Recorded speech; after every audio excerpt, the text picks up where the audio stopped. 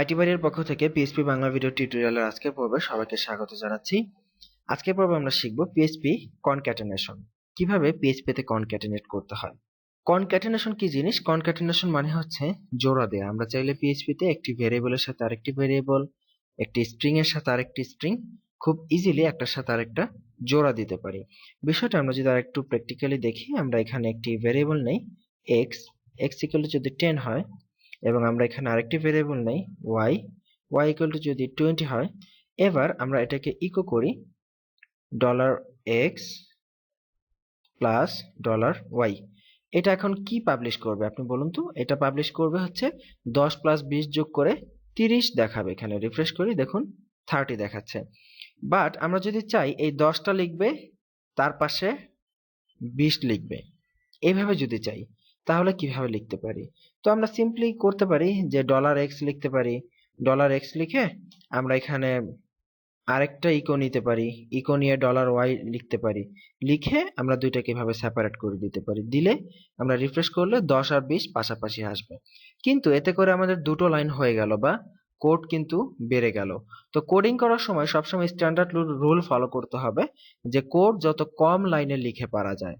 তো এটার জন্য আমরা যেটা করব যে $x লিখবো, তারপর একটা ডট সাইন দিব, তারপরে $y লিখে আমরা এটাকে কোলন দিয়ে সেভ করে দিলাম।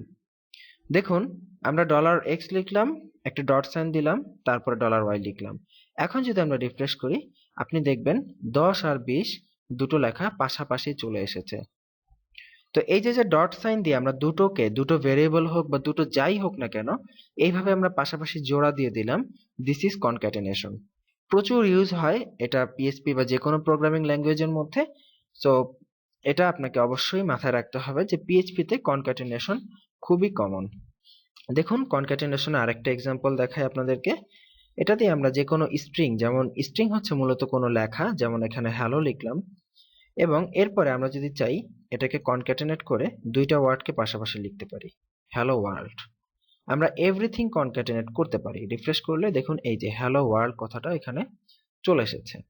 সো এই হচ্ছে মূলত কনক্যাটেনেশন, যে দুইটা বিষয়কে জোড়া দেওয়া। আর কনক্যাটেনেশনের আরেকটা এক্সাম্পল আমরা এখানে দিতে পারি, যেমন আমরা যদি এখানে $a ইকুয়ালস টু, আমরা যদি এখানে হ্যালো নামে নেই হ্যালো, এবং আমরা যদি এখানে ইকো করি, দেখুন আপনি চাইলে শুধু স্ট্রিং এর সাথে স্ট্রিংই না, আমরা এই লাইনে যেটা করেছিলাম স্ট্রিং মানে দুটো স্ট্রিং, হ্যালোর সাথে ওয়ার্ল্ড দুটোকে জোড়া দিয়েছিলাম। আপনি চাইলে কনক্যাটেনেট এই ভেরিয়েবলের সাথে এরকম স্ট্রিংকেও আপনি জোড়া দিতে পারবেন। যেমন আমরা .a লিখে একটা স্পেস দিয়ে ডট সাইন দিলাম, মানে ইকো লিখে আমাদের ভেরিয়েবল $a, তারপর একটা ডট সাইন, তারপরে আমরা কোটেশন মার্ক দিয়ে ওয়ার্ল্ড লিখে দিলাম। তার মানে এখন এটা আমাদের কি পাবলিশ করবে বলুন? প্রথমে হ্যালো দিবে, এইটার জায়গায় হ্যালো, তারপরে এর সাথে জোড়া দিবে ওয়ার্ল্ড। তো আমরা রিফ্রেশ করি, এই যে দেখুন প্রথমে হ্যালো লিখলো, তারপরে এখানে জোড়া দিল ওয়ার্ল্ড। সো আমরা চাইলে এই প্রত্যেকটা লেখাকে এখান থেকে আমরা ইকো করে আমরা জাস্ট এখানে লাইন ব্রেক ব্যবহার করতে পারি। তো এতে করে আমাদের বিষয়গুলো বুঝতে আর একটু সুবিধা হবে। রিফ্রেশ করলে আমরা আউটপুট দেখি যে প্রত্যেকটা আউটপুট নিচে নিচে চলে এসেছে। So this is actually concatenation example, যে আপনি কিভাবে এক একটা লাইনের সাথে এক একটা লাইন বা একটা ভেরিয়েবলের সাথে একটা স্ট্রিং ইত্যাদি বিষয় আপনি কনক্যাটেনেট করতে পারেন। তো আমরা পিএইচপিতে এটা প্রচুর ব্যবহার দেখব, তো এই জন্য আমরা আপনাদের সাথে এটা ডিটেলস আলোচনা করলাম। তো ভালো থাকবেন সবাই। আগামী পর্বে আমরা অন্য কিছু নিয়ে ইনশাআল্লাহ হাজির হব। তো সেই পর্বের আমন্ত্রণ রইল। আল্লাহ হাফেজ।